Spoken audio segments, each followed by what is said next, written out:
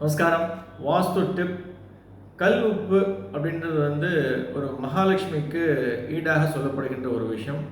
இது மண் இல்லாமல் விதை இல்லாமல் கடலில் கிடைக்கக்கூடிய ஒரு பொக்கிஷம். எப்படி திருப்பார்கடலில் மகாலட்சுமி தோன்றினாலோ அதற்கு ஈடான ஒரு விஷயம். அதனால தான் இன்றைக்கும் நம்ம மகாலட்சுமிக்கு ஈடாகவும் பணத்துக்கு ஈடாகவும் கல் உப்பை நம்ம முன்னோர்கள் கூறுகின்றனர்.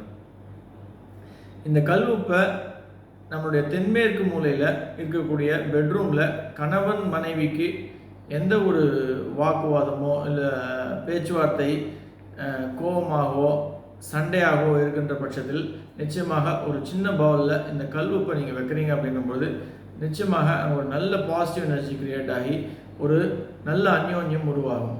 அதே போல் நம்மளுடைய ரெஸ்ட் ரூம் பாத்ரூமில் தண்ணி படாத இடத்துல இந்த கல்லுப்பை நீங்கள் வைக்கிறீங்க அப்படின்னும் பொழுது நிச்சயமாக அந்த இடத்துல ஒரு நல்ல எண்ணங்கள் தோன்றி சிறப்பான ஒரு மேன்மையான ஒரு வாழ்க்கையை நோக்கி நம்மளுடைய வாழ்க்கை பயணப்படும். அதே போல் வெள்ளிக்கிழமை செவ்வாய்க்கிழமை ஒவ்வொரு வாரமும் கல்லுப்பு போட்டு நீங்கள் உங்களுடைய ஃப்ளோரிங்கை தரையை துடைக்கிறீங்க அப்படின்னும் பொழுது வீடே மகாலட்சுமி கடாட்சமும் பாசிட்டிவ் எனர்ஜியும் பெஸ்ட்டாக க்ரியேட் ஆகும். அதே போல் உங்கள் கால்களில் நீங்கள் இந்த கல்லுப்பு தண்ணியை வச்சு க்ளீன் பண்ணுறீங்க அப்படின்னும்போது உங்களுடைய பாதங்கள் பரிபூர்ணமாக சுத்தமாகும்.